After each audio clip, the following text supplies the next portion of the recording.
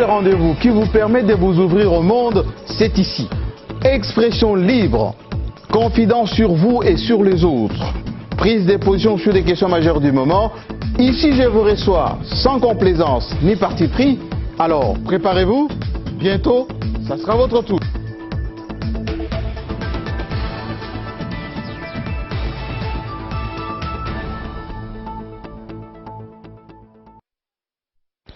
Bienvenue à tous. L'homme attire beaucoup de passion, beaucoup d'interrogations, beaucoup de supputations quelquefois, parce que l'homme du jour, c'est le président de la Fédération congolaise de football. Il est aussi influent au niveau du football panafricain, très influent au niveau du football mondial, la FIFA, mais surtout sur le plan à la fois culturel, politique, mais aussi dans le VIP, le show business congolais. Eh bien, Constant Omari, notre invité du jour, interroge plus d'une personne.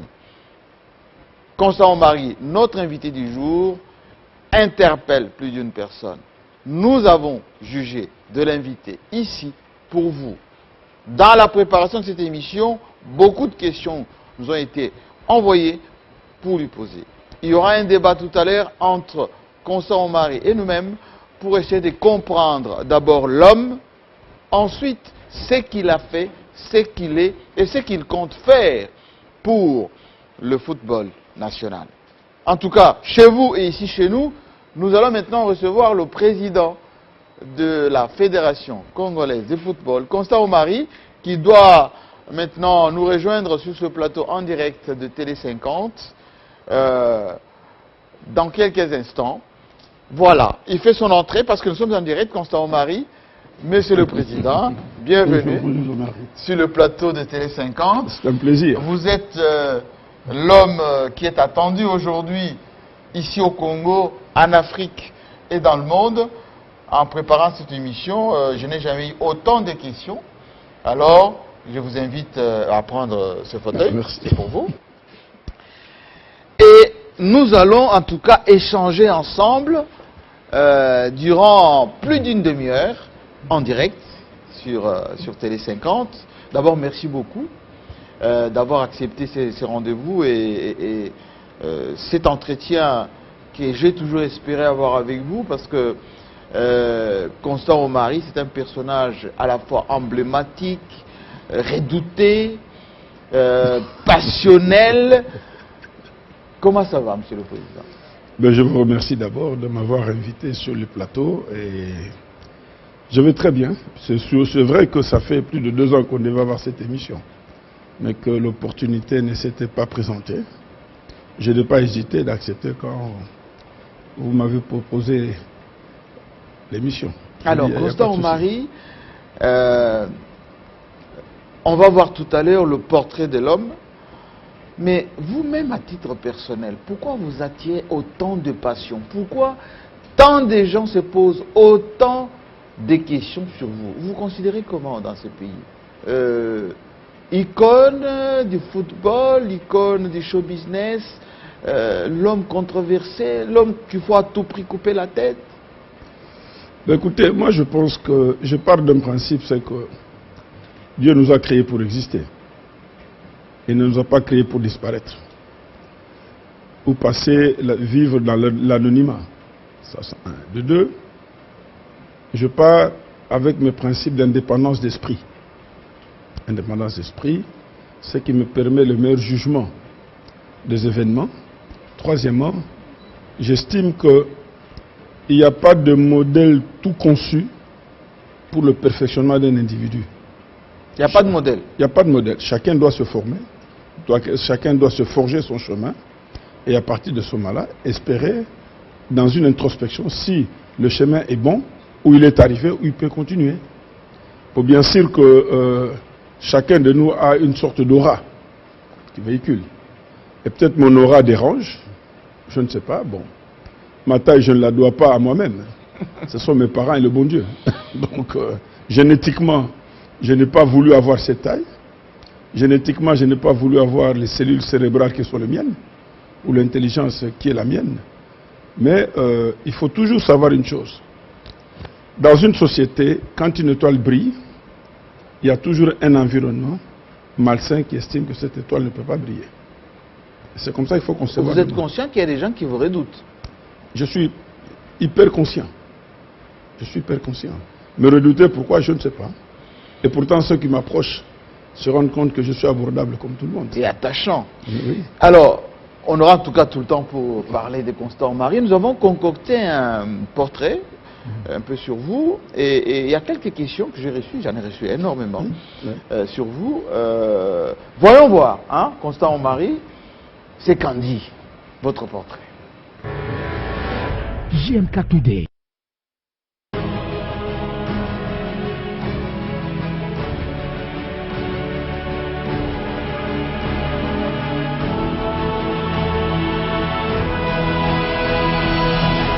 Constant Omari Selemani, figure des pros du football congolais. C'est en 2004 qu'Omari fait son entrée dans le monde du football comme président de la FECOFA.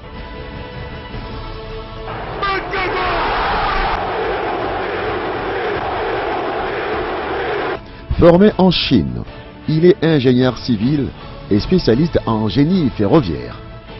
Il a fait sa carrière dans les chemins de fer et les chantiers navals avant de prendre la direction du port de Kinshasa, puis de se reconvertir dans le milieu sportif.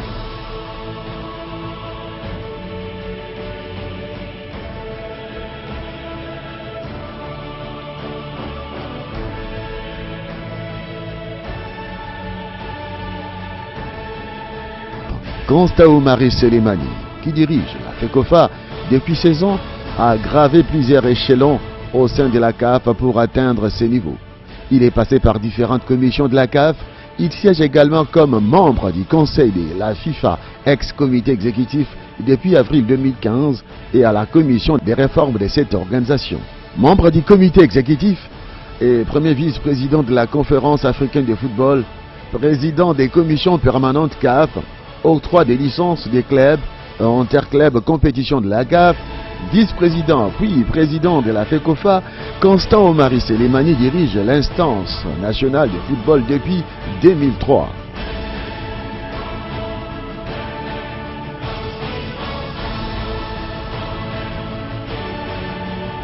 Les natifs de Bukavu avaient alors remplacé Kourarampova, décédé le 25 décembre 2003. Très proche de l'ancien président Issa Hayatou, avant de devenir bras droit du Malgache, qui l'a beaucoup aidé pour son élection. Les ressortissants du village Lukongo, dans le secteur de Wazura, en plein Maniema, a su marquer les esprits déjà très tôt président du basket club et judo club Onatra, président, cofondateur de l'Union générale des étudiants africains en Chine. De 1985 à ce jour, il est membre de l'Association des Congolais de Chine, membre du comité directeur de l'Association des anciens élèves du Collège Boboto, membre de l'Association des ingénieurs civils. Comme numéro 1 du football congolais, Constant Omari, accompagné de cette Blatter, ont lancé les projets FIFA Goal en RDC à travers les centres de football qui portent le nom des Kourarampova. Il a doté l'organe fêtier du football des infrastructures adéquates. Il milite également pour un Congo bien placé sur le plan footballistique dans les continents. Tout au long de ce nouveau mandat de 4 ans, Constant Omari Selemani a promis de travailler avec l'appui des partenaires pour doter la FECOFA d'un nouveau bâtiment moderne. Candidat unique à sa propre succession, Constant Omari a été réélu à 100%. Tous les 28 votants, qui ne sont autres que les présidents des ligues venus de toutes les provinces et délégués de clubs, ont volontairement manifesté leur joie de voir Constant Omari continuer à diriger le football congolais.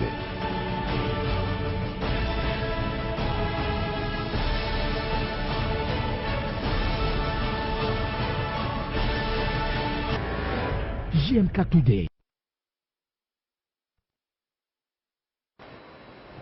Alors, Constant Omari, moi, j'ai demandé qu'on puisse écourter ces portraits parce que, en lisant un peu la biographie de l'homme, on allait y passer quasiment toute la journée. J'ai vu quelque part que Constant, sur le plan sportif, est un basketteur. Qu'est-ce qui a fait d'un basketteur, bon, de par votre taille, c'est déjà intéressant, à devenir passionné de football? La migration a commencé quand? Je pense que tout en jouant au basketball, je n'avais jamais quitté le milieu du football. D'abord, tout part de ma jeunesse, au collège Albert Ier, Boboto actuellement, où nous avions des cours de gymnastique pluridisciplinaires. Et là, chacun devait faire le choix de ce qu'il souhaitait pratiquer comme discipline. Moi, j'avais opté pour le football. Je jouais dans FC Petit Collège, FC PECO. Et ensuite, parallèlement, je jouais au basket. Nous avions le championnat interclasse et nous participions tant au football qu'au basketball. Il est vrai que j'ai excellé dans le basketball, mais tout en excellant dans le basketball, j'étais toujours dans le milieu du football. Je suis parti aux études en Chine. Avant d'aller aux études en Chine, je jouais dans Bakosa, basketball. Je suis allé aux études en Chine. En Chine, là-bas, je continue à jouer au basket. Et je joue aussi dans l'équipe de mon université de football. Le temps de revenir au pays, j'ai repris à jouer au basketball dans BC Terreur, des amis d'enfance. Et parallèlement à cela, avec les amis, dont Feu Golf Bouemani, Personnam, les Olivier Bieler, tout ça là, les Dieudonné Mbayo, nous avions pris la direction de Dering, Club Motema Pembe, DSMP. Golf en était le président, moi j'étais conseiller. Et parallèlement, à l'époque, au niveau de la législation des statuts de la FECOFA, FESAFA à l'époque, il y avait une clause de désignation des membres du comité exécutif et leurs suppléants.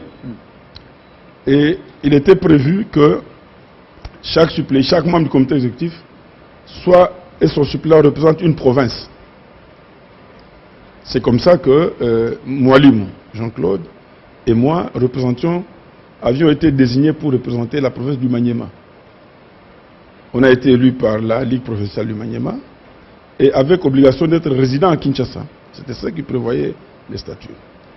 Jean-Claude a commencé comme membre du comité exécutif et même secrétaire général de la FESAFA. Moi, j'étais son suppléant, mais je ne siégeais pas à ce moment-là. Je m'occupais plus du côté de Dering, ainsi de suite, et de mon basket. Il arrivera les événements de 1996, avec le changement de régime. Comme Jean-Claude était directeur de cabinet de Feu Congolou, lui, il partira. C'est à son départ que mon mandat de suppléant sera validé comme titulaire au niveau de la FESAFA. Et parallèlement, je continuais quand même à diriger le club de football. Et puis, par incompatibilité liée au statut de la FESAFA, j'étais obligé de laisser le basket. Mais quelqu'un m'a écrit pour me dire, oui, de mandat constant au mari, c'est grâce à Jean-Claude Moualim qu'il est devenu entré dans le football et surtout au niveau de la FESAFA. Est-ce qu'il est conscient de cet héritage? Écoutez, je ne pense pas que l'héritage, l'histoire soit la vraie. Je me souviens, Jean-Claude a été élu par la province du Maniema, autant que moi comme suppléant. À l'époque, je crois que c'est Léo Quito, qui était président de la Ligue provinciale du Maniema. Et quand nous avons été élus, lui, il a siégé comme titulaire. Moi, honnêtement, je ne m'occupais pas de football. Au niveau de la FESAFA, j'étais dans mon basket et dans des clubs Motema Pembe. Ce sont les événements qui ont fait que Jean-Claude puisse partir. Quand il est parti en exil, ça vous est vous êtes devenu titulaire de fait et vous avez hérité de, on va dire, de cette présidence au niveau du football parce que vous étiez dans le basket naturellement. Vous avez le courage de rester. Il y a eu même un reportage sur vous d'ailleurs. Je vais vous donner même une précision. Quand tout le monde a fui, Constant Omar est resté. Je vais vous donner même une précision. Oui. Il est parti en exil. Je ne savais même pas que le temps était arrivé pour que mon mandat soit validé. C'est qu'il y a Kumbuta Edouard, Edo, Papa Edo, et Vumbi, Poiti, qui sont venus me chercher chez moi. À ce moment-là, j'habitais dans nos appartements de service de Royal, non, de Beaumarchais, dans l'immeuble Inkissi. Ce sont eux qui sont venus me chercher pour me dire, mais tiens, tu es là et pourtant le poste de la province est resté vacant. Il faut que tu viennes pour qu'on puisse valider ton mandat.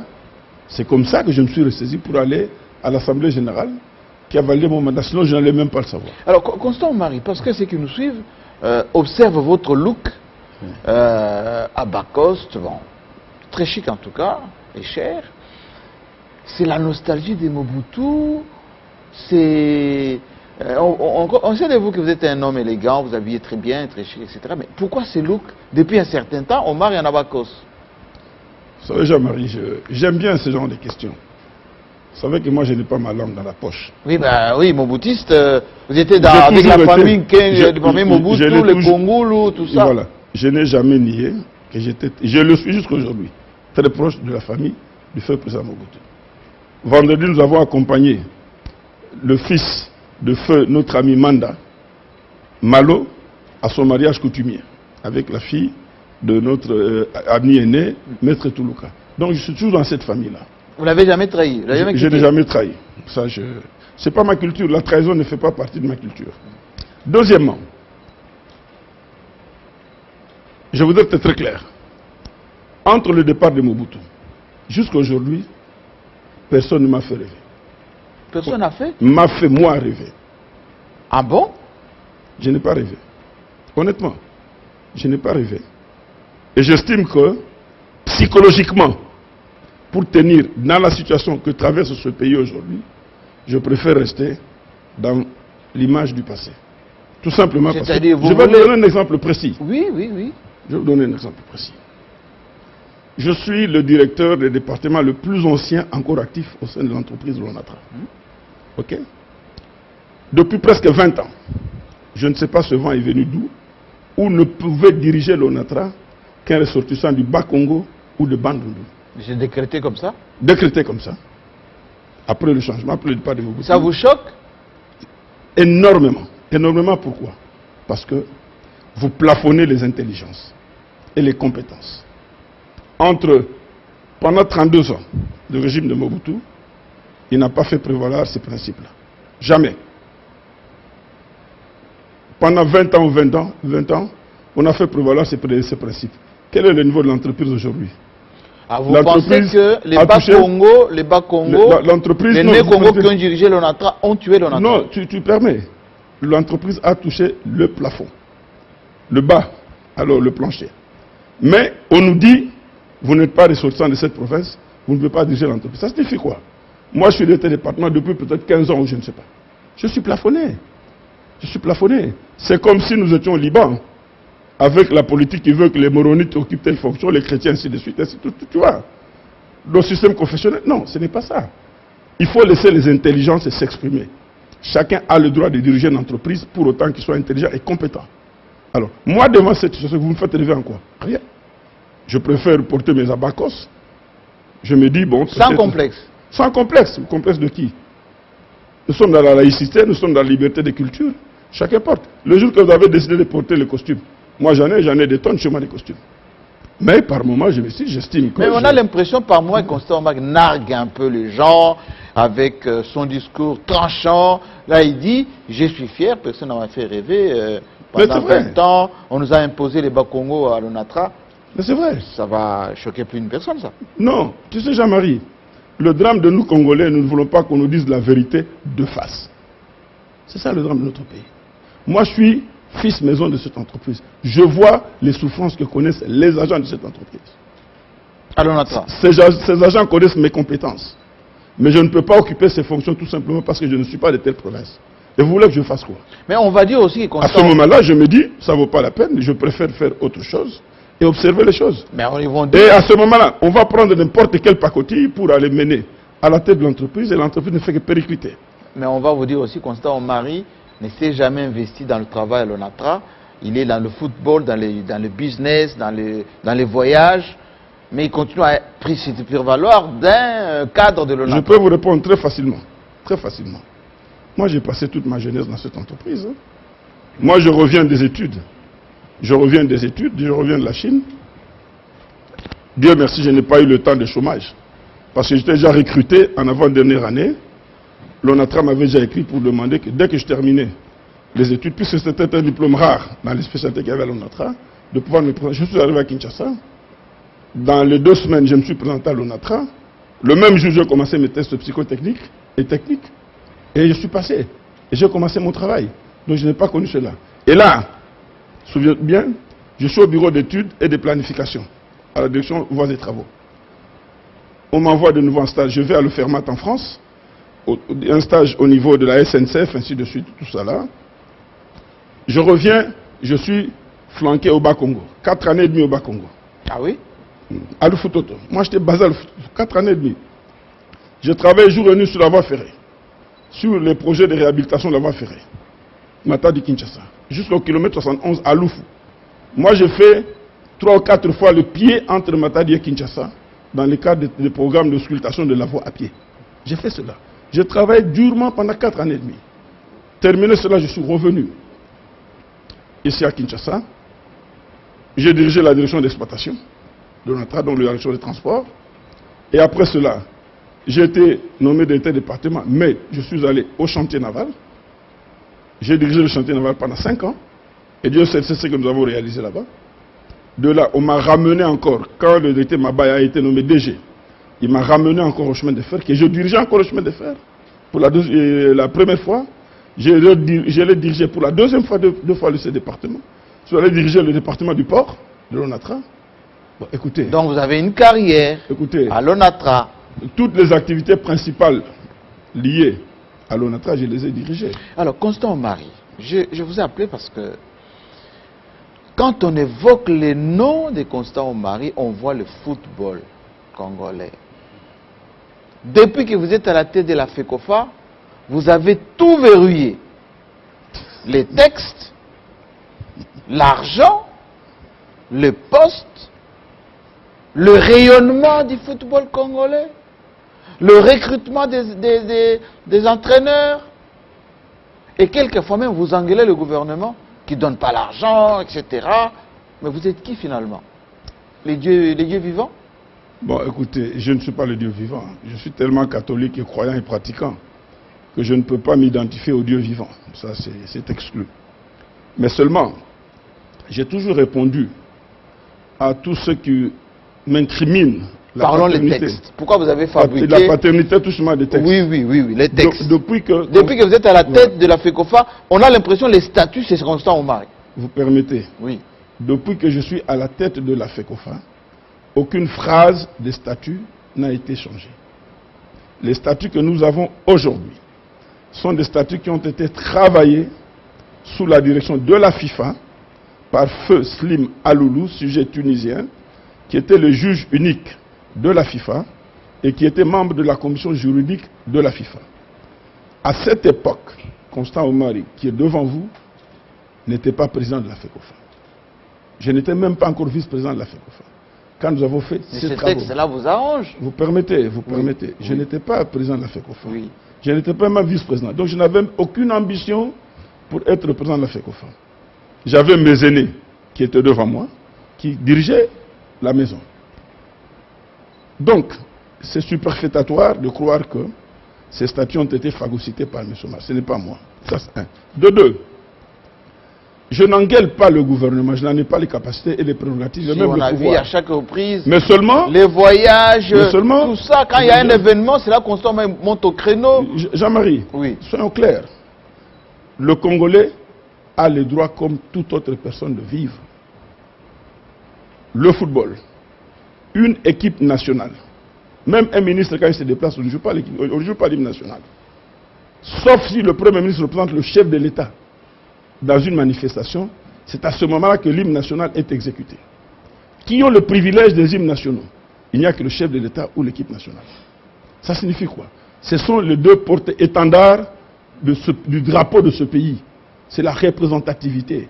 Et quand j'estime que le gouvernement, qui a l'obligation, dans ses prérogatives et dans son budget, de soutenir les équipes nationales, n'agit pas, je lève le ton. Je sensibilise. C'est à ce moment-là que je réagis. Les clubs, je vous donne un deuxième exemple. Oui, oui. Nous avons eu 3 clubs qui ont joué le week-end passé. 20 clubs. Dering et Mazembe. Juste mercredi, leur président s'est démerdé par eux-mêmes pour faire partir les équipes. Jusque jeudi, ces clubs n'avaient touché aucun franc. Oui, mais ce sont les autres, associations, Constant vous permettez. Ils ont leur budget, leur organisation. Je vais y arriver. En quoi l'État congolais est concerné par les clubs? Je vais y arriver, Jean-Marie. Oui. Quelles sont les prémices, quelles sont les bases de cette réflexion? Les bases de cette réflexion, c'est que le football au Congo, le sport d'une manière générale, il est encore amateur. Il est encore amateur, c'est-à-dire il n'est pas un élément générateur des recettes de l'État à travers les impôts, tout l'artifice des textes qu'on mettra en place, s'il s'agit du professionnalisme. À l'époque, dans sa politique de la promotion du sport, c'est le feu président Mobutu qui avait décidé de commencer à soutenir les clubs représentatifs au niveau des compétitions internationales. Pour son rayonnement, son pouvoir, pour être pas seulement pour le pouvoir, ça, pas pour le pouvoir, parce qu'il avait une vision sur le football. Il voulait que le football congolais puisse évoluer. Zaïrois à l'époque. Il n'a gagné qu'une coupe à Moseka. Hein? Non, non, attention. 69, on a remporté la première coupe. La deuxième coupe, 74, la participation à la Coupe du Monde. Humilié en Coupe du Monde, c'est que vous me l'avez fait. Anglebert a remporté des trophées, ainsi que de suite, même 20 clubs. Quand il remporte sa coupe, tout ça là, ainsi de suite. Ça signifie quoi? Ça signifie qu'il était conscient que cette activité qui n'était pas encore professionnelle et qui drainait la jeunesse, adulée par la jeunesse, devait être soutenue quelque part. C'est comme ça qu'on a commencé. Et par principe de continuité du pouvoir, tous les pouvoirs se sont succédés, ont continué à appliquer la clause. Ça signifie qu'en d'autres termes, c'est un principe qui n'a pas été établi, mais qui devient fait aujourd'hui. Qui devient fait. Il faut que l'État congolais prenne en charge les sports. Donc, non. Même si l'amateur, même si ce sont les associations. L'État crée les conditions pour permettre à ce que la jeunesse congolaise puisse s'épanouir à travers plusieurs activités culturelles et sportives. Revenons au texte, Constant Omar. Voilà. Maintenant, sur les textes. Oui, attendez. Les gens qui nous suivent ils doivent se poser cette question et je suis. Quand je vais ouvrir ma farde, vous allez voir que c'est la pluie qui va tomber.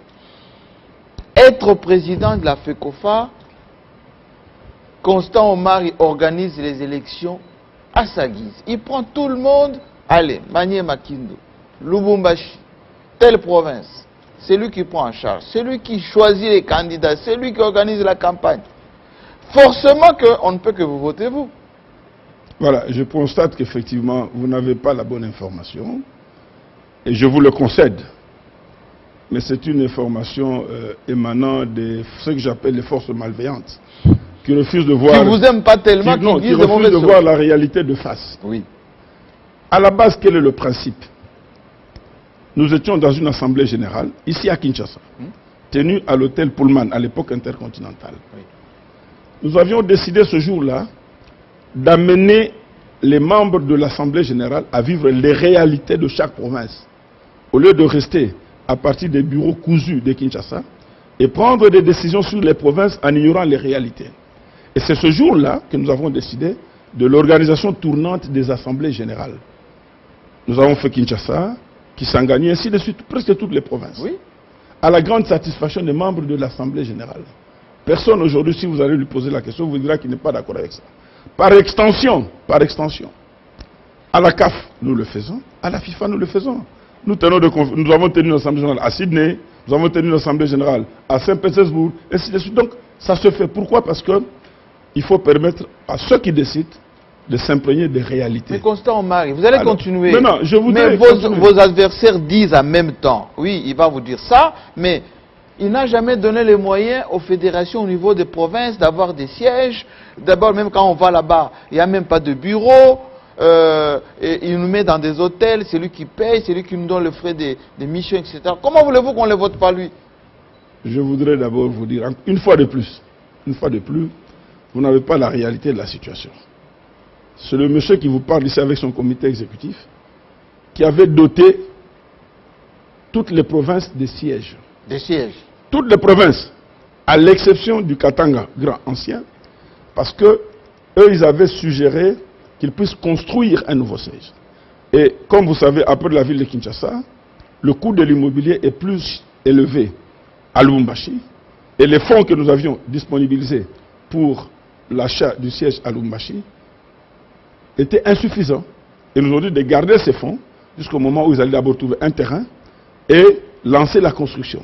Et même demander des fonds supplémentaires. Mais toutes les autres provinces ont reçu des sièges. Aller au Congo central. Même à Kinshasa, c'est à la Matongé. On a acheté un siège pour eux. Qui veulent à tout prix vendre parce qu'effectivement, eux-mêmes ont choisi. L'endroit était exigu. Et ils veulent construire maintenant. Donc chaque province a été dotée de ce siège. Ça, c'est le deuxième élément. Deuxième élément, en ce qui concerne les prises en charge. Oui. Les membres de l'Assemblée générale, c'est tout à fait normal dans les prérogatives de la fédération de pouvoir les transporter vers les lieux des assemblées générales. Au moment où moi je vous parle, quand il y a une assemblée générale à je ne sais dans quel pays du monde de la FIFA m'envoie le billet d'avion pour aller assister en tant que président de fédération. C'est pas un achat de Non, ce n'est pas ça. Ça fait partie des prérogatives. Ça fait partie des attributs de l'association nationale. Quand j'ai une assemblée générale en Éthiopie, la CAF envoie des billets à tous les membres pour pouvoir aller assister à cette assemblée générale. C'est normal. C'est normal. Maintenant, si nous estimons que le coût du billet s'apparente au coût d'affrètement d'un avion, pourquoi ne pas affréter un avion? Là, au moins, nous sommes sûrs d'amener tout le monde et de revenir. Vous savez que la main qui donne est toujours au-dessus de ce qui reçoit. Je pose cette question directement. On est suivi en direct. Avec plaisir. Il y a Marcelin Kachama qui nous appelle depuis Genève, en Suisse, qui pose la question de savoir pourquoi vous donnez plus d'avantages au TP Mazembe qu'à d'autres clubs, surtout à Kinshasa. Première question. Germain Kamanda, depuis Luanda, en Angola, pose la question. La CAF menace beaucoup de fermer les stades de la RDC alors que Omar est vice-président. Pourtant, les petits stades dans d'autres pays ne sont pas à la hauteur de ceux de notre pays. Voilà. On a la Suisse, on a la Voilà. Maintenant, je suis bien aise de répondre sur la question du tout-puissant Mazembe. Oui. J'ai reçu, il y a je crois 48 ou 72 heures, le président de Lupopo. Et j'ai dit au secrétaire de Lupopo, vous me critiquez toujours en disant que je favorise Mazembe. Oui, parce je que ne favorise, vous permettez. Vous êtes devenu le nouvel ami de Moïse Katumbi alors que vous étiez son adversaire il n'y a pas longtemps. Vous permettez. Là aussi, je reviendrai là. Continuez. Aujourd'hui, nous disons les vérités de face. Oui, oui. Mazembe s'impose par ses résultats, par son palmarès. Ça, c'est le prémisse de départ. C'est un club qui s'impose par son palmarès et par ses statistiques. Aujourd'hui, Mazembe est parmi les 3 meilleurs clubs africains. Parmi les 3, c'est Mazembe. Mazembe s'impose par des investissements consentis par leur président pour la promotion et le développement de leur football. Je vais vous donner un exemple. Nous étions la semaine passée aux 80 ans de Mazembe. Le président de la FIFA était fasciné de se rendre compte que dans le centre de formation de Mazembe, au-delà de formation footballistique, il y avait la formation intellectuelle. Il y a 3 modules. Le module des joueurs non alphabétisés, c'est-à-dire qui ont des talents, mais qui ne sont pas baptisés, qu'on alphabétise. Il y a ceux que, moyennement alphabétisés, on leur donne la formation, et ceux qui ont plus de formation, et même bilingues. Il était surpris. Il nous a dit, voilà au moins... l'attaché de presse de Mazembe, Constant Omar. Non, ce n'est pas ça, ce n'est pas ça. Parce que vous, les Congolais, vous ne voulez pas qu'on vous dise la vérité de face. S'il y a un club qui se développe le mieux dans ce pays, c'est Mazembe. Moi, poser la question au plan de V Club, je lui ai conseillé de pouvoir réorganiser son club. Il a acheté son centre, l'ancien centre de Mundadi, et je lui prodigue toujours des conseils pour pouvoir développer ce centre-là. Mais Ngoïka Sanji, vous permettez? Oui, allez-y. Ngoïka Sanji, quand il a voulu construire le stade, il m'a demandé conseil. Je lui ai prodigué. Et je lui ai dit, voici comment est-ce que vous pouvez développer vos clubs. Le président de Lupopo, j'ai discuté avec lui. Je lui ai même montré le plan qui était le mien. N'eût été que le gouvernement s'était rétracté à l'époque. Là où le Lupopo s'entraîne, on devait construire un stade. J'allais budgétiser tous les plans. Vous comprenez? Mais la réalité, c'est quoi? C'est qu'on ne fait aucun effort. Je vous donne un autre exemple. Est-ce que c'est normal? Un club dont le président, 3 ans, est à l'étranger, il n'est pas sur place, mais son club continue à se comporter mieux. Mais Mazembe profite des moyens de l'État aussi, facilité par Constant Omar notamment, par rapport à d'autres clubs. Non, c'est faux, et archi faux, par rapport à d'autres clubs dont le président était permanemment présent, mais qui n'ont pas évolué. Parlant de financement. Oui. Moyen de l'État. Monsieur Constant, le secrétaire général au sport l'a dit à plus d'une fois, quand Mazembe se déplace, l'État, le trésor congolais donne de l'argent et vous ne le dites pas assez. Vous permettez. Oui. Vous permettez. ce n'est pas moi qui débloque les fonds. Je ne suis pas l'ordonnateur. Je ne suis pas Le l'ordonnateur. trésor public. Nous introduisons les prévisions de tous les clubs au même titre, au niveau du ministère. Si, quelque part, on estime que ce club mérite mieux ou plus, ce n'est pas au niveau de la FECOFA. Ça n'a rien à voir avec la FECOFA. Et mais, contrairement à ce que les gens croient, ceux qui ont touché plus, ce ne sont pas Mazembe. Je ne peux pas les dire ici parce que ce sont mes clubs. Je ne peux pas, moi, mettre mes clubs, les soumettre à la vindicte populaire. Si vous allez dans les statistiques, les clubs savent que le président Omar, il le sait. Les clubs qui ont touché plus d'argent, ce n'est pas Mazembe. Ce n'est pas l'équipe nationale. Alors. Vous permettez, Oui. ce n'est ni l'équipe nationale, ni l'équipe, ni Mazembe. Il y a des clubs qui ont n'ont touché pas plus d'argent. Mais qui n'ont pas de résultats. Vous comprenez, qui ont touché plus d'argent. Mais je gardais parce que ce sont mes clubs, je ne peux pas les soumettre à la place publique. Si l'État leur donne plus de moyens, je suis heureux. Parce qu'au moins, que ce club se développe. Parce que le développement doit être horizontal. C'est-à-dire que c'est au niveau de la base que tous les clubs doivent se déplacer, se développer. Et ensuite, on verra maintenant sur le plan vertical comment relever toutes ces équipes-là. Alors, ça c'est... Comment vous êtes devenu le nouvel ami de Moïse Katumbi alors que vous étiez le farouche adversaire? On se rappelle d'ailleurs que vous échangez parfois des colibés très durs. Hein? Qu'est-ce qui s'est passé, Constant Omari? Vous savez, la nature humaine a horreur de ce qui ne change pas. Ah, vous avez changé. Comme on dit, Et qui a suivi l'autre? vous permettez. Je vous en prie. Il n'y a que les imbéciles qui ne changent pas. Moi, c'est vrai qu'on avait sanctionné durement le président de Mazembe pour des faits qui, en fait, lui-même, en posant ses actes, était induit en erreur par ce que j'appelle les forces obscures qui pensaient l'opposer à la FECOFA. Mais quand il a découvert la vérité, il m'a fait contacter, on s'est vu. Moi et lui, nous avons échangé. Et il a découvert que la FECOFA n'y était pour rien dans l'élimination de Mazembe en Tanzanie. Oui. La FECOFA n'y était pour rien. Et c'était même... Mais franchement, entre nous, le pouvez dire que vous n'étiez pour rien? Pour rien. Absolument pour rien. Parce que nous avons fait ce que nous devions faire. Nous avons disponibilisé les visas. C'est leur propre secrétariat qui avait bloqué les passeports à Kinshasa. Et l'équipe s'est déplacée sans passeport, arrivée là-bas, bloquée à l'aéroport, ainsi de suite. Et une certaine presse que vous connaissez du jadis, qui avait une ligne éditoriale contre M. Omari, Oui. a fait croire au président de Mazembe que c'est Omar qui était à la base de ça. Et après, quand il a découvert la vérité, il s'est rendu compte que ce n'est pas ça. Mais ce club s'est offert à la fédération, au conseil de la fédération. Le président de Mazembe, c'est pour ça que beaucoup de gens ne le connaissent pas, moi je l'aime bien. Il est humble. Il m'a dit, monsieur le président, j'ai mis beaucoup d'argent dans mon club. Comment vous pensez que je peux développer mon club? Je lui ai prodigué des conseils. Il s'est documenté par rapport à un environnement extérieur. Il a mis en pratique cela. Alors, la question de Luanda, les sanctions. Vous êtes notre compatriote qui est là-bas, à la CAF, à la FIFA. Comment expliquer qu'on peut nous sanctionner alors Constant Omari est là? Vous êtes complice des Blancs alors? Écoutez, voilà, c'est ça l'erreur.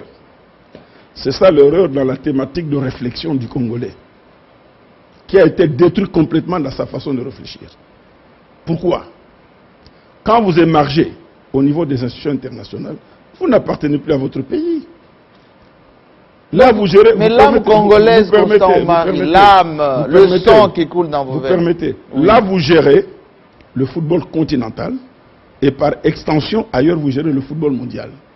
Il y a des critères, il y a des critériums et il y a des textes, entre autres, qui disent ceci. Quand il s'agit de gérer les dossiers concernant votre pays, vous devez vous dédire. Vous ne devez pas être juge et parti. Ah oui? Donc, quand on traite le dossier d'un club congolais, moi, je n'ai pas droit à la parole. Parce que je suis congolais. Je dois me dédire. Mais le lobbying. Maintenant, deuxième élément. Oui. Ce que les Congolais oublient, c'est que nous ne faisons aucun effort pour nous mettre au niveau du diapason de standardisation des stades, tel que souhaité par la CAF et la FIFA. C'est ça le problème. J'ai suivi la question tout à l'heure. Oui. Il parle du stade de Martyr. Oui. Mais lui, il voit une mastodonte d'infrastructure. Mais cette mastodonte est inachevée. Ah bon? Je le dis et je le dis à tout le monde. Vous êtes président de la fédération Même au nationale. chef de l'État actuel, je le lui ai dit. Ce stade de Martyr est inachevé. Et les gens doivent incorporer ça dans la tête. Dans quel stade tu as vu 80 000 places assises? Vous n'avez que 2 000 ou 3 000 qui sont assis à même le siège, les autres sur du béton. Sous quelle température? Mais on va vous dire, Constant Omari, que Sous quelle température? la FIFA envoie de l'argent ici. Ce n'est pas ça, non. La FIFA n'envoie Constant Omari mange seul Non, vous permettez. et ne contribue pas Écoutez, pour que les stades... et tout ça. Allons-y progressivement. Oui. Allons-y progressivement. Ce stade-là, vous connaissez surtout la tribune VIP de ce stade? Il n'y en a pas. Le martyr, allez le voir. Quand vous montrez où se trouve la tribune VIP, il n'y en a pas. Où se trouve l'ange VIP, il n'y en a pas. Les bureaux, les lounges ont été transformés au bureau du ministre de celui-là. Ce n'est pas ça. C'est pas ça. Les entrées, l'heure de jeu. Puisque vous dites que Consomma ne contribue pas, je souhaiterais que vous dites qu'il a fait Kofa. Parce qu'il ne faut pas personnaliser. Mais vous êtes, le stade vous êtes l'incarnation de la le FECOFA. tapis sur lequel vous jouez au stade de Martyr depuis presque plus de 7 ans. Qui l'a installé? Ce n'est pas le gouvernement, c'est la FECOFA. Peut-être que vous ne le savez pas, je vous le répète. C'est la FECOFA qui a installé cela. Quoi, la pelouse là? C'est la FECOFA. Au stade de Tata Raphaël, c'est la FECOFA. Au stade Mobutu de Lumbashi, c'est la FECOFA. Au stade maintenant à Goma, c'est la Mais FECOFA. tous les ministres des sports disent que c'est le gouvernement qui a doté. C'est On a faux. même vu le Premier ministre faire sa descente là-bas. C'est faux. L'heure de jeu, je l'ai dit au Premier ministre, c'est la FECOFA qui l'avait installée. Ce n'est pas le gouvernement. Vous ne voulez pas faire un effort. Aujourd'hui, posez-vous la question. Le président de la FIFA a lancé un principe. Standardiser au moins un stade dans chaque pays aux normes de la FIFA. Parce que ce n'est que dans ces conditions-là que vous pouvez développer le beau jeu. Et ce jeu deviendra commerciable. Parce que cet aspect-là est parfois ignoré. C'est à ce niveau-là que le jeu sera commerciable. C'est-à-dire, l'ouvrage, le stade, sera beau à voir et les gens achèteraient plus de droits. Vous comprenez? Mais chez nous, nous avons été avec le Premier ministre, il a vu. Allez voir l'état des vestiaires. Allez voir l'état des vestiaires. Allez voir l'état. Vous permettez? Allez Vous voir. êtes patron de la FECOFA. Allez voir. Mais Jean-Marie. dites au secrétaire général au sport, dites au ministre, dites au président, parce que ce sont tous vos amis. Jean-Marie. Pourquoi vous ne les dites pas? Mettez c'est ça dans norme. Jean-Marie. Oui. Le jour que le chef de l'État actuellement reçu, Oui. le 17 mai, on a discuté de tout et de rien. Je rappelais à M. le Président de la République que le stade n'était pas, il était inachevé. Parce que même à son inauguration, le gouvernement chinois avait réalisé 70%. Les 30% devaient être exécutés par le gouvernement zaïrois à l'époque. Il ne l'avait jamais été. Jusqu'aujourd'hui, on n'a jamais exécuté. Mais dans l'entretemps, entre l'inauguration et aujourd'hui, même les 70% sont dégradés. Ils sont dégradés. C'est ça la réalité de ce stade. Les gens voient seulement l'ouvrage, la superstructure. On voit l'infrastructure, la superstructure. Mais les contenus. Et vous savez quelle était la conclusion du président de la FIFA? Non. À Lumbashi? Non. Il était émerveillé de voir le stade de Mazembe qui n'a que 22 000 places, mais qui remplissait les normes. Encore Moïse Katumbi. Qui remplissait les normes telles qu'exigées par la FIFA. Écoutez, vous pouvez ne pas aimer l'individu, ça c'est votre droit, je vous le concède, mais il réalise. Voilà. Nous, c'est le fait qui compte. Maintenant, non, plus loin. Parce qu'il faut dire les choses. Il faut avoir l'occasion de dire les choses. Parce qu'après vous direz c'est l'arrogance. Moi je ne suis pas arrogant. Le cardinal sait que je ne suis pas arrogant. Non. J'ai ça la modestie. Voilà. Non, je ne suis pas arrogant. Continue. Le président de la FIFA a eu accès au projet de Mazembe de construire un stade de 50 000 places. Il a regardé avec ce qu'ils ont déjà réalisé. Il leur a dit, n'allez pas chercher des financements dans des banques où il y a des taux d'intérêt usuriers, 10%, 12%, 15%. La FIFA va examiner comment vous accorder ce crédit avec un taux maximal de remboursement de 2%. Alors, qu'est-ce qu'Omar y a à voir là-dedans?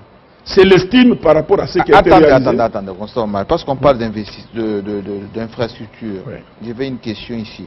Oui, demandez à Constant Omari, le village des Bibois est devenu... Rampo va pas Bibois. Oui, sur la route... Ouais. Voilà. Qu'est-ce que ça devient ce village, Constant Omari? Là, avec l'argent de la FIFA. Bon, je voudrais, Jean-Marie, il faut me concéder que je dise la vérité. Oui, oui, allez-y. Hein. Vraiment. Quelle que soit la ligne éditoriale de ta chaîne de télévision. Non, il n'y a pas de ligne. Ici, on dit la vérité. Dire la vérité au peuple congolais parce que c'est maintenant que les gens doivent le savoir. Le monde vous écoute. Je suffisamment gardé cela, mais je pense qu'il est temps que le peuple le sache. Nous lançons ce chantier de Kinkole. Blatter vient inaugurer ce chantier. Le ministre des Sports en place dit à M. Blatter, la route,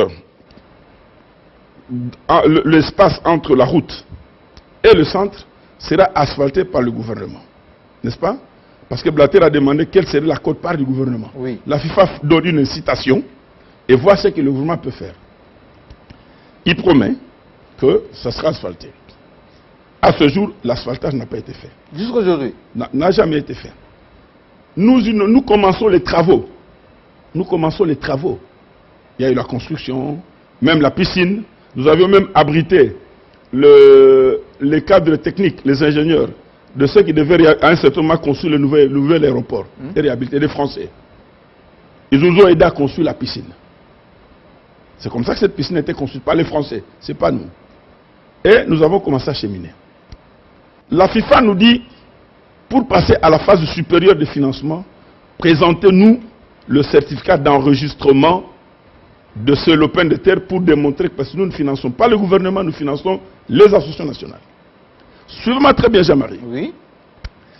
Pendant 4 ans, on nous fait balancer à gauche et à droite. Les ministères... Si les conservateurs, les affaires foncières, si les conservateurs de ce côté-là me suivent, il va vous le confirmer.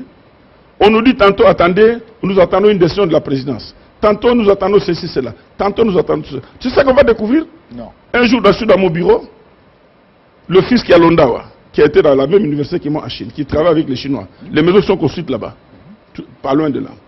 Ils viennent me voir pour me dire que les Chinois veulent me voir parce qu'il faut déguerpir. Ce terrain leur appartient.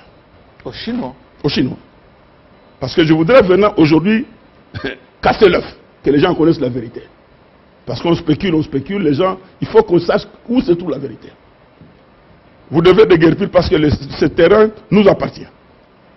Vous appartient comment? Nous avons la lettre de la présidente de la République, signée par le directeur de cabinet, qui donne instruction aux ministres des Affaires foncières de nous donner tous ces terrains-là. En bon? Je le dis, monsieur, il y a des choses que je ne comprends pas. Quand il s'est agi, le chef d'État avait demandé qu'on construise, qu'on détruise toutes les constructions anarchiques de ce côté-là. Il avait dit spécialement pour la FECOFA et la FIFA, vous laissez, que personne n'y touche. Le gouverneur André Kimbuta, s'il me suit, peut vous le confirmer, me l'a confirmé, avoir reçu des instructions du chef de l'État pour qu'on ne puisse pas toucher notre centre. Mais son directeur de cabinet écrit aux affaires foncières pour demander qu'on donne le terrain aux Chinois. Et ce terrain qu'on donne aux Chinois, y compris le terrain qui occupe le centre de la FECOFA. Et c'est comme ça qu'on ne pouvait pas nous délivrer un certificat d'enregistrement. Donc on vous a dépossédé de votre terrain. Oui. Et on a donné aux Chinois. Et il faut le sache. À partir de ce moment-là, nous n'avions plus le droit de mettre un seul centime dans ce centre pour pouvoir le développer parce qu'il fallait vider le litige domanial. Il fallait le vider. On a commencé le processus. L'actuel chef de l'État est arrivé, j'ai posé le problème.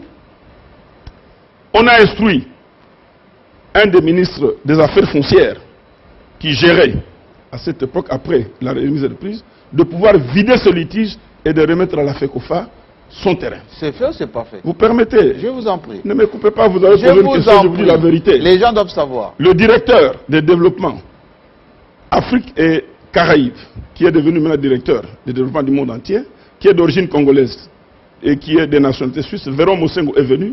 Moi et lui, nous sommes allés à la présidence.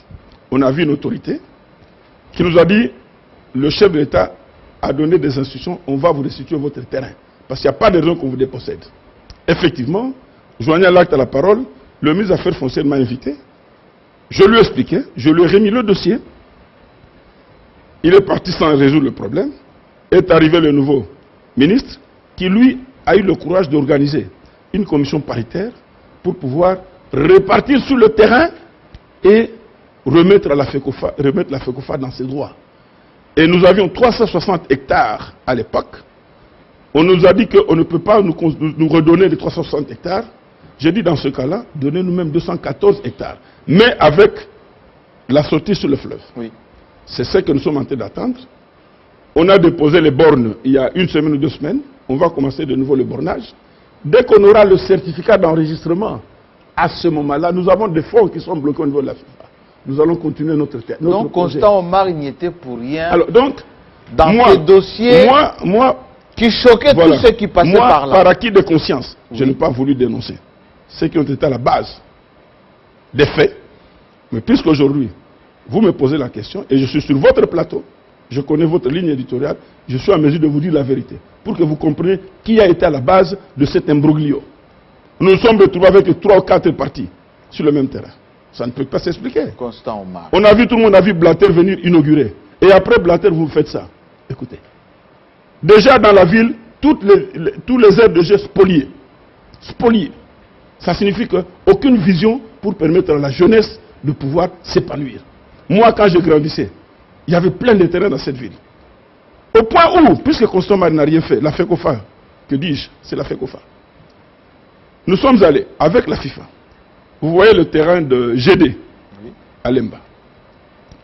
La FIFA a lancé à titre expérimental le projet de terrain de stabilisation des aires de jeu en terre. Pourquoi? Parce qu'on s'est rendu compte, le président de la FIFA dans ses visites à travers les pays africains a constaté qu'il y a des réalités qui ne sont pas saisies à partir de Zurich. Il y a des enfants qui jouent sur le sol, sur le sable. Il a dit, mais pourquoi ne pas déjà à leur niveau leur aménager des terrains stabilisés sur terre, comme ça ils peuvent déjà commencer non chaussés sur leur réalité. On a opté pour le terrain de GD, le terrain Kankar à Yolo, et puis le terrain à Sosa. On a fait ce projet de stabilisation. La FIFA est venue à inaugurer, avec le secrétaire général adjoint de la FIFA. L'ancien premier ministre Chibala a décidé de doter le terrain GD de gazon synthétique. Il a gosé. Bon, c'est bien pour la jeunesse de Lemba. Nous l'encourageons. Mais la FIFA dit ceci. Moi, puisque moi j'ai commencé ce projet-là, je ne peux plus éclairer ce terrain-là parce que je n'avais pas prévu de gazon synthétique. J'avais prévu, c'est mon projet intégré, terre, stabiliser tout ça là. Il nous reste maintenant Assosa et Kankar. Il y a les fonds pour ça? Maintenant, suivez. La FIFA dit, dans ce cas-là, allez à Mosengo dit, allez à du côté de Ngiringiri. Le nom m'échappe encore. Il y a un terrain là-bas. Bondo, voilà. Le terrain de Bondo. C'est hier, avant-hier, j'ai vu le gouverneur de la ville. C'est avant-hier que nous avons obtenu la lettre de concession parce qu'il faut une concession de 25 ans à la FECOFA pour justifier le financement de la FIFA. C'est hier que le gouverneur, et je l'en remercie, Gentini, nous a donné ce document-là. Nous allons l'intégrer, refaire la stabilisation. Le matériel d'éclairage de 3 terrains sont arrivés ici, sont déjà sur place, bloqués à la douane. Tout simplement. Mais vous avez l'exonération, Constant Omari. Mais suivez-moi. Oui. Nous sommes exonérés, mais malheureusement. Il ne faut pas charger le gouvernement congolais qui nous donne tant d'avantages. Vous permettez? Oui. Malheureusement, la douane dit dans votre arrêté interministériel d'exonération, cela ne figure pas. Alors qu'il y a une rubrique qui dit terrain et ses accessoires. Le terrain, le terrain et leurs accessoires. Mais l'éclairage font partie des accessoires. Absolument. Donc maintenant, nous avons de nouveau commencé la démarche pour pouvoir obtenir du ministère des Finances une lettre pour instruire la douane pour que nous puissions retirer ce matériel qui ne sont que des cadeaux. Parlons football. Pour éclairer le terrain d'Assosa à Bondo. Non, je n'ai pas terminé. Oui. Après avoir terminé ce terrain, nous sommes confrontés à une troisième réalité. Les bourgmestres se signalent pour s'accaparer de nouveau des terrains. Bourgmestre. Je le dis au gouverneur. Je le dis au gouverneur. Il y a des lettres d'engagement qui disent que ces terrains sont cédés pour 25 ans pour permettre à la jeunesse que nos entités subdélégataires puissent organiser des compétitions de jeunes là, même interscolaires. Mais les bourgmestres en font maintenant leur fonds de commerce. Même nos jeunes pour venir jouer, vous devez payer $100. Vous devez faire ceci, cela. Mais écoutez, je vous pose la question. Vous encouragez qui à faire quoi? Alors parlons football, parce qu'on est en direct, Constant Omari. On connaît votre franc-parler, là tout le monde a appris beaucoup de choses. Et je suis sûr qu'on sera assailli de contre-vérités, on va dire, des explications, etc. Pourquoi Constant Omari nous a vendu Ibenge, entraîneur? Je l'ai vendu. Nous a vendu à nous Congolais. Oui. Nous Congolais. C'était vraiment l'enfant chéri de Constant Omari partout, les anciens, le français, tout ça. Parfois même vous les renvoyez comme ça, sans même prendre des gants. Et Ibenge remercié comme un vanipié après avoir passé autant de temps sans être payé. Voilà. Il y a quelqu'un qui m'appelait d'Afrique du Sud pour me dire Constant Omari est en train de tuer notre football. Ibenge nous a donné la coupe. Ibenge a qualifié, amélioré le niveau de léopard. Constant Omari l'a remercié en monnaie des singes. Réponse? J'aurais souhaité que cette question soit posée à l'individu, Florent. J'aurais bien souhaité. que cette question soit posée à l'individu Florent.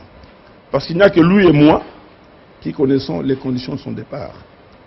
Moi, je suis très pudique de ne pas dire certaines choses à haute voix en ce qui concerne les arrangements. Mais vous l'avez maltraité, Ibenge. Vous l'avez maltraité. Quand nous avions signé le contrat avec Florent, nous l'avons intéressé à l'équipe nationale, c'était pour un projet de 5 années. 5 années. Et si vous analysez jour pour jour, ça fait les 5 années. Mais il se fait que, lors de la dernière CAN en Égypte, et vous savez, les résultats n'étaient pas fameux. Oui, mais les résultats n'étaient pas fameux. J'ai eu personnellement le ministre des Sports passé, Lisanga et les autres peuvent vous le confirmer. Les joueurs ont demandé que j'ai un entretien, qu'ils aient un entretien uniquement avec le joueur, le président seul. J'ai accédé à cet entretien. J'ai même dit à notre ambassadrice auquel elle n'est pas assistée. Ils sont tous sortis, je suis revenu seul dans la salle. Les joueurs m'ont parlé. Ils m'ont parlé. Et je leur ai dit, je leur ai promis que ça reste entre eux et moi. Ce sont eux qui se sont ouverts à moi. Ils m'ont parlé. Je suivis leurs préoccupations. Je suivis leurs revendications.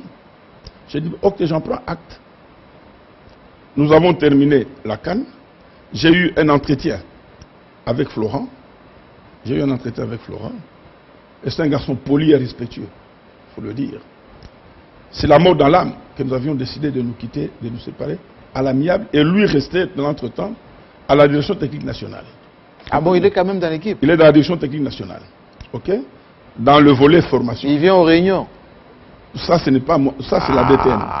Moi, je te parle de ce que nous étions convenus entre lui et moi. Et le DTN le sait, puisque je l'ai tenu informé. Il a reçu des instructions appropriées là-dessus. Donc, on s'est séparés à l'amiable. Et d'ailleurs, vous vous souvenez qu'il avait fait lui-même une déclaration sortie de mon bureau. Oui. Il était venu déposer sa démission. Donc, ce n'est pas moi qui l'ai chassé. On a trouvé un compromis qui est respectueux de ce non-paiement. Le contrat de Florent est signé par le ministère du Sport, le budget, les finances et la FECOFA.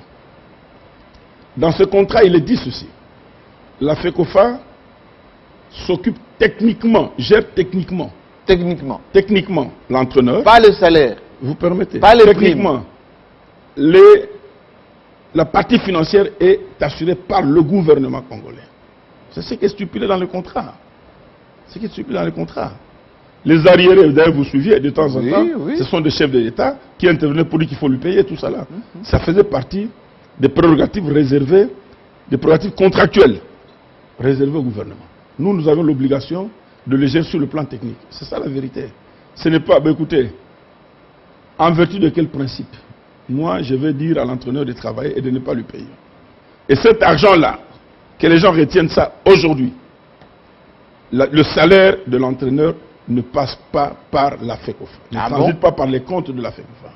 Les salaires de l'entraîneur, une fois décidés, sont versés du trésor public à son compte directement. Terminons cette émission, Constant Mayon en direct. Pas à la FECOFA. Par la question des téléspectateurs de Paris qui demandent ceci.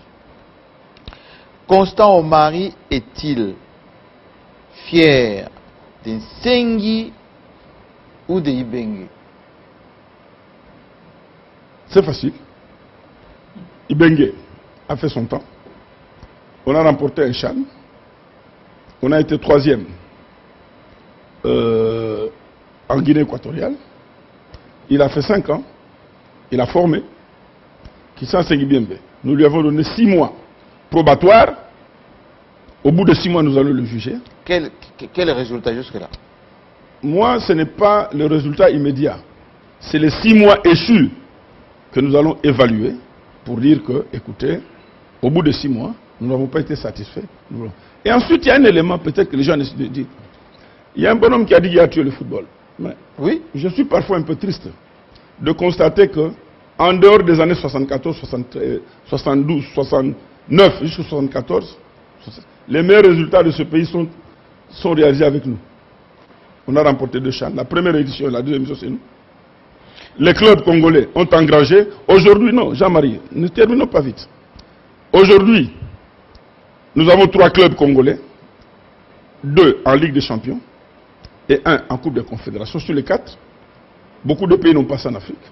Ça fait 10 ans d'une manière soutenue qu'au minimum 2 clubs congolais arrivent jusqu'à la phase de poule de la Ligue des Champions. C'est ça le paramètre. Le paramètre, ce n'est pas voir pourquoi, combien de temps Omar a fait la tête de la FIFA. Le paramètre, c'est de voir les statistiques. Aujourd'hui, le football congolais est coté parmi les top 5. Top 5. Top 5 du football africain. Notre championnat est très bien coté aujourd'hui. Alors, terminons avec la toute dernière. Est-ce que Constant Omar est un homme politique? Il est chanté par Jubin Piana, les autres, etc. C'est qui votre ami politique? Vous êtes plus proche de quel président? Voilà. En ma qualité de président de la Fédération congolaise de football, la FECOFA, c'est l'église au milieu du village. Vraiment? Non, je vous dis la vérité. La FECOFA, c'est l'église au milieu du village. 2. La FECOFA, le football reste le dénominateur commun de tout le peuple congolais. La preuve, c'est que quand le football, quand l'équipe nationale est en train de jouer, qu'il y ait une victoire, même les rebelles, ils sont contents, ils baissent les armes, ils tirent en l'air, parce que l'équipe a marqué. Alors, à partir du moment où vous gérez ce genre d'activité, vous ne devez pas avoir des colorations politiques. Mais vous êtes quinois, Non. vous avez un président aujourd'hui quinois, est-ce Non, que vous n'avez pas allons votre plus loin. cœur qui bat là-bas? Non, non, allons plus loin. Oui. La FECOFA a l'obligation textuelle de collaborer avec tout pouvoir qui est en place. C'est une obligation textuelle. Ce n'est pas un choix. Ce n'est pas un choix, c'est une obligation textuelle. Nous gérons les équipes nationales, nous gérons les compétitions. Nous devons être en bonne intelligence avec tout pouvoir. J'étais en bonne intelligence, la FESAFA avec le président Mobutu, avec M. Laurent Désiré Kabila, avec Joseph Kabila, aujourd'hui avec Félix Tshisekedi. Nous devons être en bonne intelligence. La FECOFA ne peut pas s'ériger en fédération d'opposition. Non. Vous n'avez jamais été Par dans contre, l'opposition? Jamais. Jamais. Même quand vous avez été en prison? Ben, écoutez, j'en ai souffert. Mais je n'ai jamais pris une carte de parti politique. On vous a senti aigri. J'ai souffert dans ma chair, c'est vrai. Et on a senti Constant Omar presque opposant au régime. Ce n'est pas ça. J'ai condamné des pratiques. J'ai condamné des pratiques. Un monsieur ne peut pas s'ériger en censeur alors que je suis celui le plus grand corrupteur, corrompu. Ça, j'ai refusé. Ah, il était corrompu. Je dis ça, j'ai refusé. Je ne dis pas de qui il s'agit. Je dis... On sait qui vous a envoyé en prison. Un monsieur ne peut pas, lui, s'ériger en censeur alors que le plus grand corrompu, c'était lui. Ça, c'est un de deux. Tous les puzzles qui avaient été montés autour de cette affaire, j'ai fini par détenir toutes les clés de ce puzzle. Je peux vous dire aujourd'hui, tel a fait ça, tel a fait ça, tel a fait ça. Pour quel intérêt? Pour me détruire. Est-ce que vous voyez ça d'ici? Le seul fils du pays, depuis que ce pays existe en tant qu'État, qui arrive au sommet du football mondial, au sommet du football africain, mais vous pensez que votre proposition, c'est de détruire ce monsieur-là. Est-ce que vous construisez ce pays ou bien vous détruisez? Et les gens, vous permettez. Oui, oui. Je dis qu'aujourd'hui, je vais dire toutes les vérités. Ne réglez pas vos comptes. Non, non, je ne règle pas les comptes. Les gens s'attaquent au président Kagame. Mais Kagame essaie de promouvoir tous les Rwandais partout ils sont. Partout il y a un Rwandais, Kagame fait l'effort pour qu'il puisse monter le plus loin possible. Mais dans notre pays, vous voulez, quand celui est monté, il faut le descendre. Pourquoi les détruire? Alors que c'est très facile de lui dire, écoutez, aidez-nous puisque vous avez telle position, aidez-nous à faire ça pour notre pays. Aidez-nous à engranger des résultats pour notre pays. Alors, vous quittez quand la FECOFA? Écoutez, moi, je ne suis pas comme un homme politique.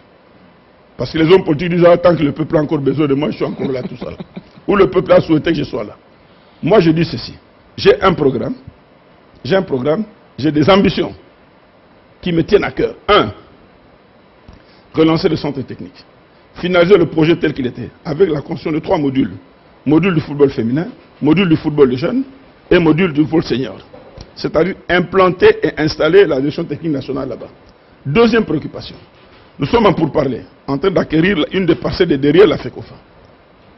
Faire la jonction, casser le bâtiment actuel, ériger un grand bâtiment de la fédération où tout sera là-dedans, y compris tous les projets que nous voulons développer au niveau de la fédération.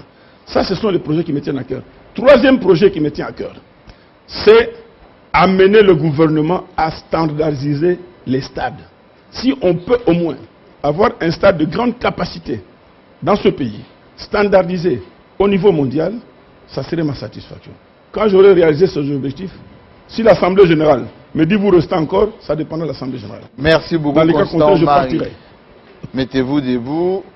on a compris que l'homme n'a pas vraiment froid aux yeux. Vous avez peur de personne en réalité, hein?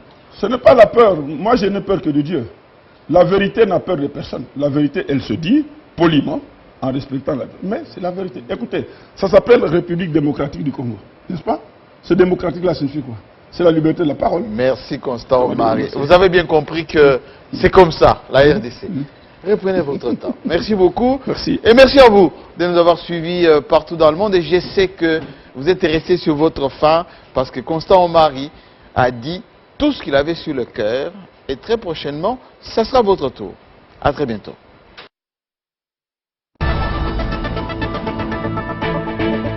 Le seul rendez-vous qui vous permet de vous ouvrir au monde, c'est ici. Expression libre, confidence sur vous et sur les autres, prise de position sur les questions majeures du moment. Ici, je vous reçois sans complaisance ni parti pris. Alors, préparez-vous, bientôt, ça sera votre tour.